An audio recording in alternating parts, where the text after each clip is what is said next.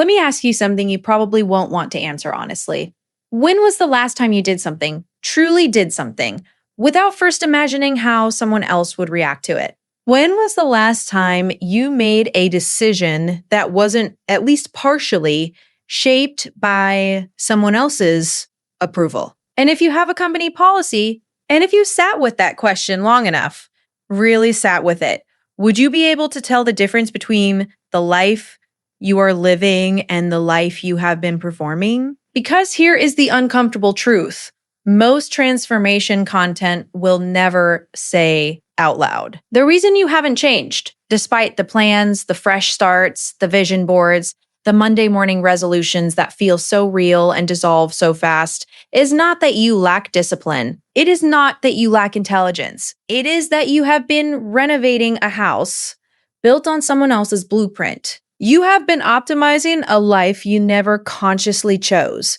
The real crisis is not that you haven't glowed up. The real crisis is that you don't yet know who is doing the glowing. And that single question, who is actually living this life, is the most important question you will ever ask. Because everything, every method, every shift, every transformation that actually sticks begins and ends there. This is your complete guide to glowing different in 2026. Not brighter for someone else. Different. From the inside out, in life, in appearance, and in everything you are building. The first method is this. Stop building on borrowed ground. Here is what external validation actually looks like from the inside. It doesn't look like desperation. It looks like effort. It looks like working harder than everyone in the room so that anyone will finally confirm that it was worth it. It looks like adjusting your personality, your tone, your ambition, your visibility, depending on who is standing in front of you. You expand in one room and shrink in another. You never fully land anywhere. And the most dangerous part, you spend years mistaking that pattern for drive. But here's the truth. Borrowed energy always runs out. It has to.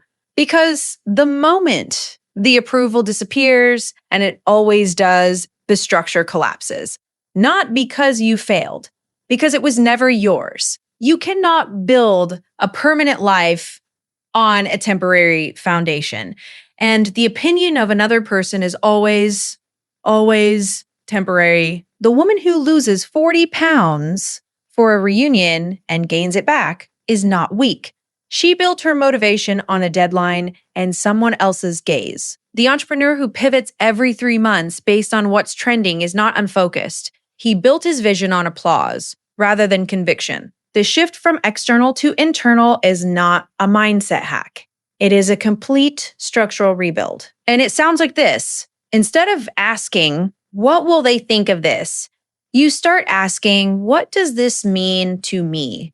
That single question repositions you from performer to creator. From tenant to owner, think about what happens in the nervous system when you are constantly seeking external confirmation. The brain's threat detection system, the amygdala, stays permanently activated.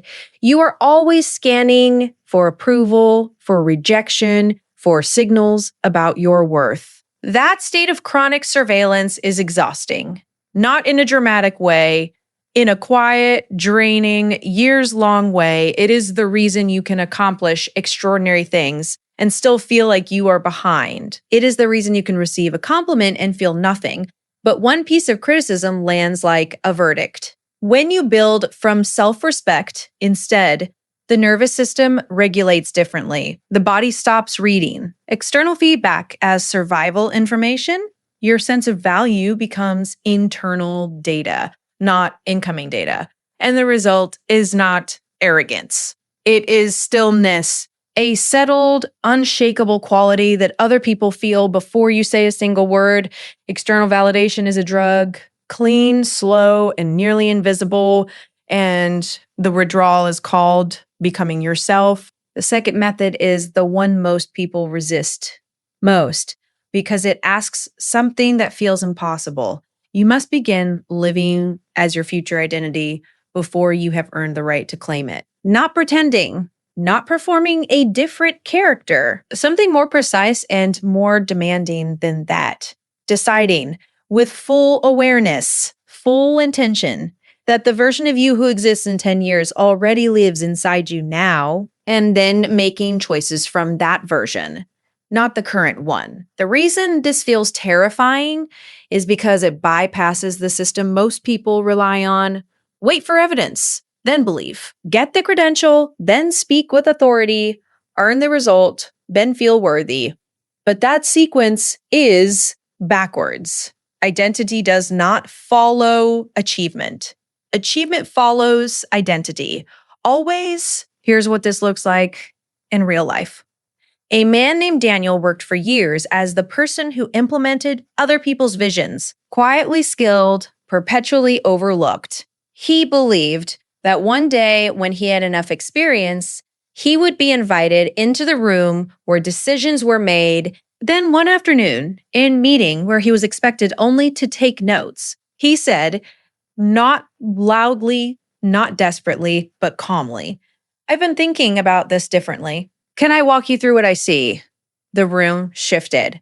Not dramatically, but it shifted. No new credential, no new title, just a new internal story expressed through a single act of identity. This is not confidence. Confidence is a feeling, and feelings are inconsistent.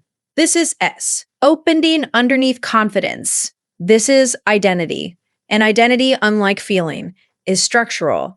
It holds when the feeling disappears. The psychological mechanism at work is called identity behavior congruence. Humans are biologically motivated to act in ways consistent with how they define themselves.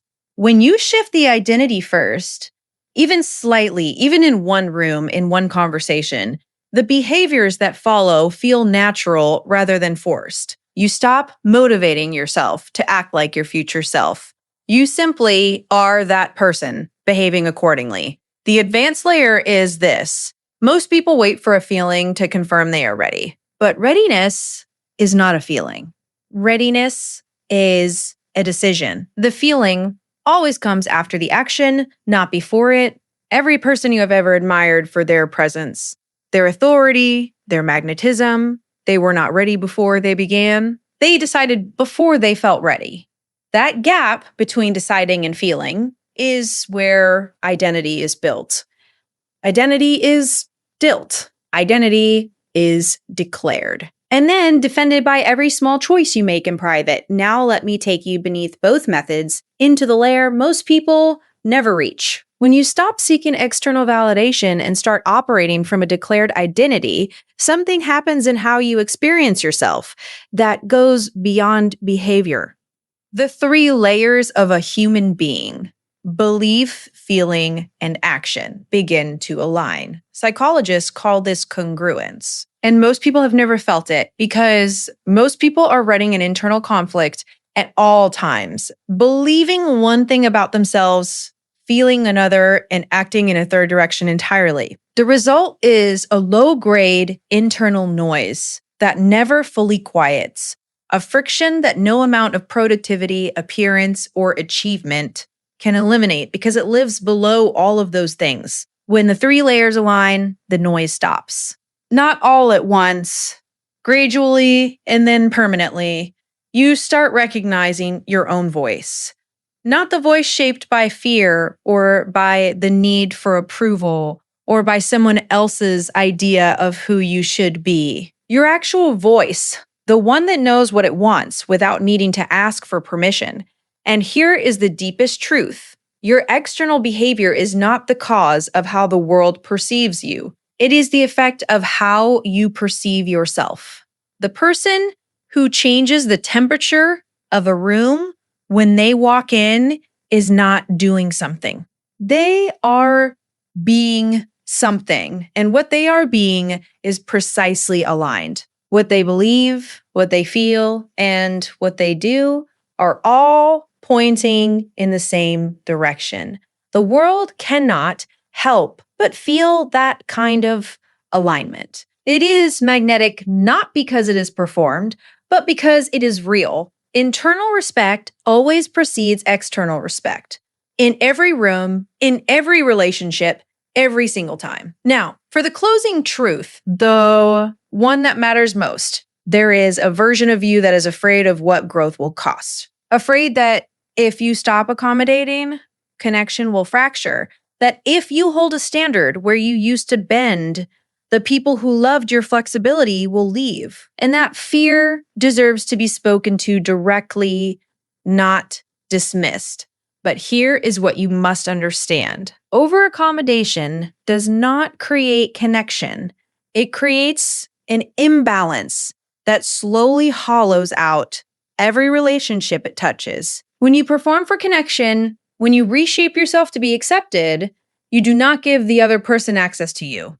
You give them access to a character you play. And eventually, even you forget where the character ends and you begin. Real connection is not built on infinite availability. It is built between two people who are genuinely present.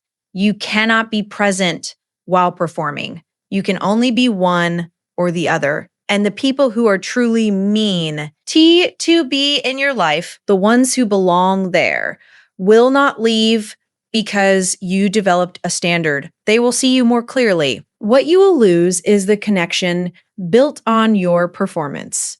And though that loss may ache, it is not a loss. It is a clarification. It is your life organizing itself around the real you. Your standard filters your environment. And a filtered life built on genuine alignment rather than performed connection is the only one that does not hollow you out from the inside. Now, hear this. You are not a project to be optimized. You are a person to be inhabited. The glow up was never about becoming someone new. It was about removing everything you accumulated, trying to be acceptable, and finding out that what remained was already extraordinary. The person on the other side of these methods does not need the room to confirm anything. They walk in already whole. They speak, and people listen, not because of performance, but because of resonance. They build things that last because they build them from the inside out. They glow, not for an audience, not for a moment, but permanently because they are finally completely themselves. This is the paradox that changes everything. The most magnetic thing you will ever do is stop trying to be magnetic. The most powerful move you will ever make is to fully, quietly become yourself. One moment today, not a system, not a reinvention. One moment where you choose your own conviction over someone else's comfort. One moment where you act from the person you're becoming rather than the person you have been told to be. That moment is where the canyon begins to form. Not because the timing is right, not because you are ready, because you decided the glow was always yours. You just stopped performing long enough to feel it. Start now.